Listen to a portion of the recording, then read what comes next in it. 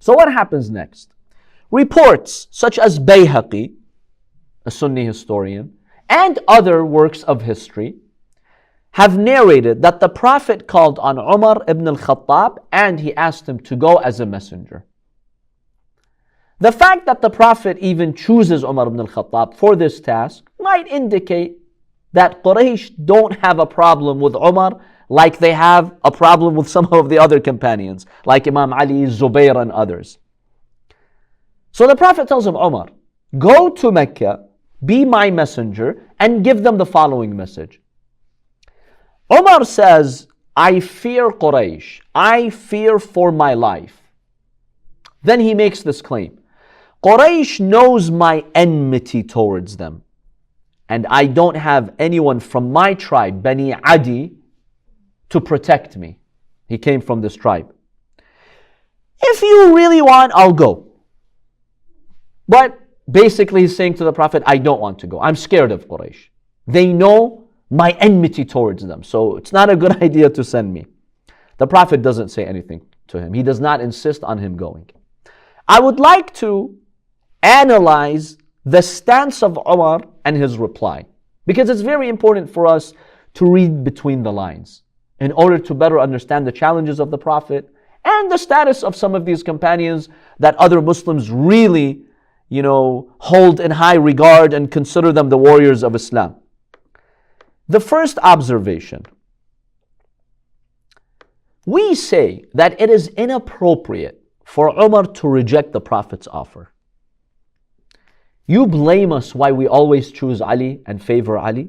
When the Prophet told Imam Ali to sleep in his bed on the night of the Hijrah, the night of the migration, he did so with a feeling of being honored. And the only question he asked, Ya Rasulullah, will you be safe? He never asked about his own safety. And the danger that night, the night of migration, was much greater than this danger here, because there was a plot to assassinate the Prophet.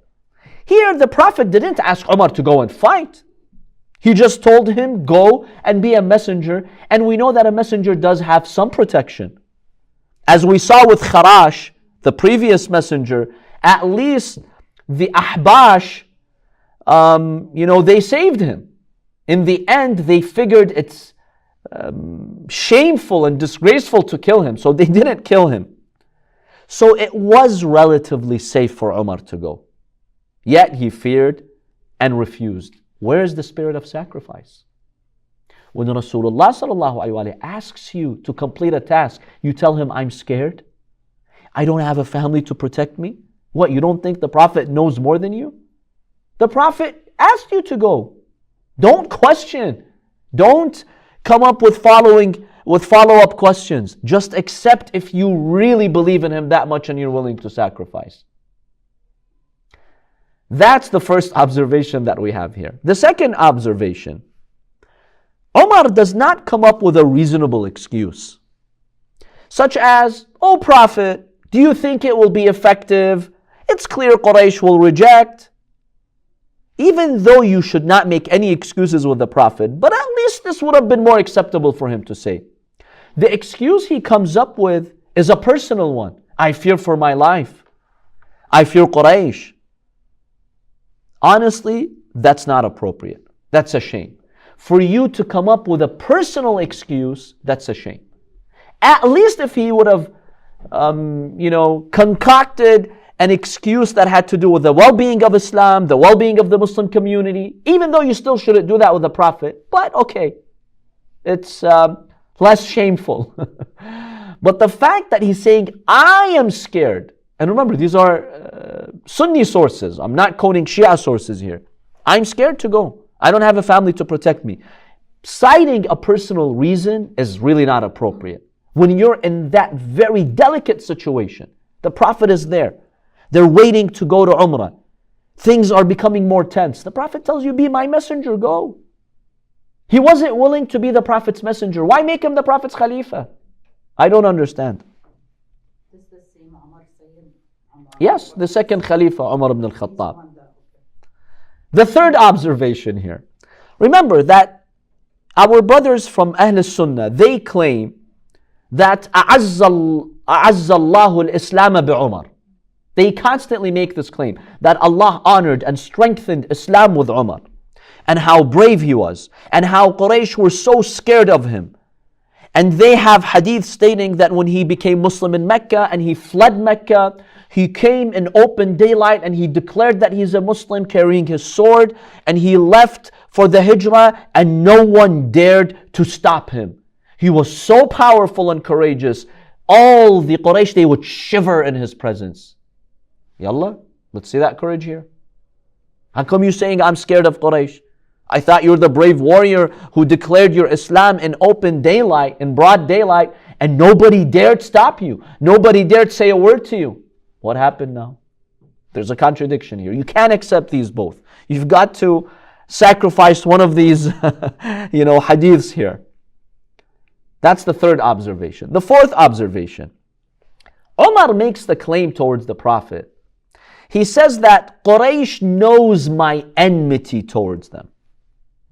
Honestly, was that really the case? When we see the stances of Umar during the Prophet's life, honestly, we have a hard time believing this claim that he makes, that Quraysh know what an enemy I am to them. Quraysh's enmity for Umar was not more than any other average Muslim. We don't believe Quraysh had any enmity towards Umar more than the average Muslim. He did not kill their warriors in battle. He never played a strategic role to strengthen Islam and weaken Quraysh during the Prophet's life. What's this enmity that he's talking about? The enmity he's talking about is the enmity they had for Imam Ali, not for someone like Umar. They had enmity for someone who supported the Prophet every step of the way. He defended the warriors of Islam. He killed their own warriors. The lion of God, yes, they had enmity towards him. But Umar ibn al-Khattab, honestly, what did he do for them to have such enmity as he claims? In fact, at the Battle of Uhud, we see some enemy fighters from the Mushrikeen avoiding to kill Umar. I'm not going to give you my analysis why. You can do that analysis. I'll just give you an example. As an example, see what Dhirar ibn al-Khattab says to Umar at Uhud. By the way, Dhirar ibn al-Khattab is not the brother of Umar ibn al-Khattab. He's not his immediate relative. I don't know if he was related to him, but Dhirar ibn al-Khattab was a very brave Qurashi warrior and a poet. He was a mushrik poet from Mecca. So he's not the brother of Umar ibn al-Khattab. Yes, he has the same last name, meaning the son of al-Khattab.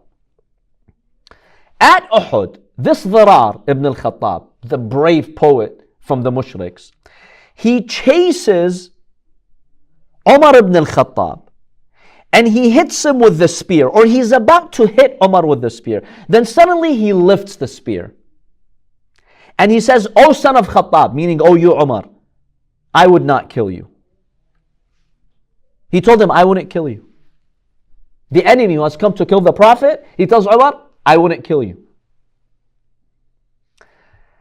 And it is for this reason that Umar would appreciate this favor that he had over him for not killing him.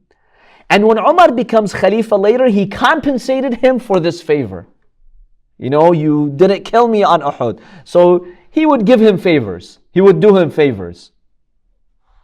And this is well established in the seerah. And there are, so this indicates he wasn't really such an enemy to Quraysh. If he's such an enemy, you kill him any chance you get. You don't let him escape. Now, I'm not going to give you my analysis of why this happened. I'm just sharing with you history. I do have my own analysis of why this happened, but it's okay. No need to talk about it for now. There are many other examples at Uhud that indicate Quraysh didn't have any special enmity towards Umar ibn al-Khattab. In fact, they viewed him more favorably than other Muslims. At Badr, we also see that Umar advised the Prophet not to fight. He said to the Prophet how strong Quraysh were, and he effectively was trying to discourage the Prophet from fighting. So where's this alleged enmity? What did he do really against Quraysh that was strategic and it was effective? We don't see that in history. So even the claim that he makes to the Prophet, Ya Rasulullah, Quraysh knows the enmity. Everyone knows how Quraysh is an enemy to me. They know what an enemy I am to them. That's a false claim. He's just trying to justify him not going because he's scared of Quraysh or some other reason. That's the fourth observation. The fifth observation here. Omar here admits he doesn't have a family to protect him in Mecca. That's because Omar did not come from a prestigious family as some have claimed. His social standing did nothing for Islam. Today there's a common blind claim by Muslims from other schools of thought that Omar and his social standing and his family and whatever, it gave so much izzah and strength to Islam. That's not true. Because Omar here himself is admitting, I don't have a strong family to protect me. In fact, you know what Muawiyah said about Omar? Omar is the one who appointed Muawiyah as the governor of Sham, by the way. They had an alliance. But Muawiyah comes from Bani Umayyah. Bani Umayyah were prestigious in Mecca. No doubt about that. His father Abu Sufyan was the leader of the Mushrikeen. Even Muawiyah was surprised that Omar became caliph. Muawiyah, who's his strategic ally. Muawiyah says about the tribe of Adi and Taym. Adi is Umar's tribe. Taym is whose tribe? Abu Bakr. That's his tribe. Abu Bakr comes from the tribe of Taym. You know what Muawiyah says? لَيْسَ فِي قُرَيْشْ حَيَّانْ أَذَلْ مِنْهُمَا. Muawiyah says, in Quraysh, there weren't two families, tribes, neighborhoods that were more dhalil than these two. Less, more abject, weaker than these two. Who says this? Muawiyah even acknowledges this. And Abu Sufyan, Assalamu alaikum. Abu Sufyan says to Al-Abbas, the uncle of the Prophet, on the day of Fatah Mecca, the conquest of Mecca, which is 1 year after Hudaybiyah, he was so shocked. And basically he made a reference to Umar ibn al-Khattab when he saw Umar coming with the Muslims and they had glory. He said to Al-Abbas, Umar, who came from such a low tribe, now he has this position with the Muslims. So honestly, we don't accept that Umar, through his even family ties, gave any strength to Islam. That is not true. Yes. So do they have like a grave maqam? They're buried next to the Prophet in Medina. In the same darih of the Prophet, they're buried. Umar and Abu Bakr are buried in the same darih with the Prophet. So they do have like a maqam? It's with the Prophet's maqam. It's not a separate maqam. Yes. It's in the maqam of the Prophet. They were enemies of the Prophet. They were the caliphs, so they buried them there. They have power. Aisha buried Abu Bakr in that place.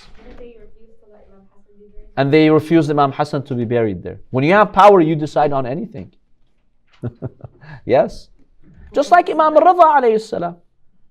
Imam Rida is buried to which caliph? Next to which caliph? Anyone knows? Any idea? Yeah, he's in Khurasan in Iran, in Mashhad, which was the Maru area at the time. But inside the Dharih of Imam Rida, who's he buried next to? No, someone evil. Someone evil. Not Ma'mun, no, before Ma'mun. Who was the Khalifa before Ma'mun? Harun. He's buried next to Harun. Harun. The one who killed the father of Imam Rida, who killed Al-Imam Al-Kadhim alayhi salam, Musa ibn Ja'far, who was an enemy towards the Ahl Bayt. Imam Rida is buried next to him. Because the rulers, sometimes they determine these things. It doesn't mean anything.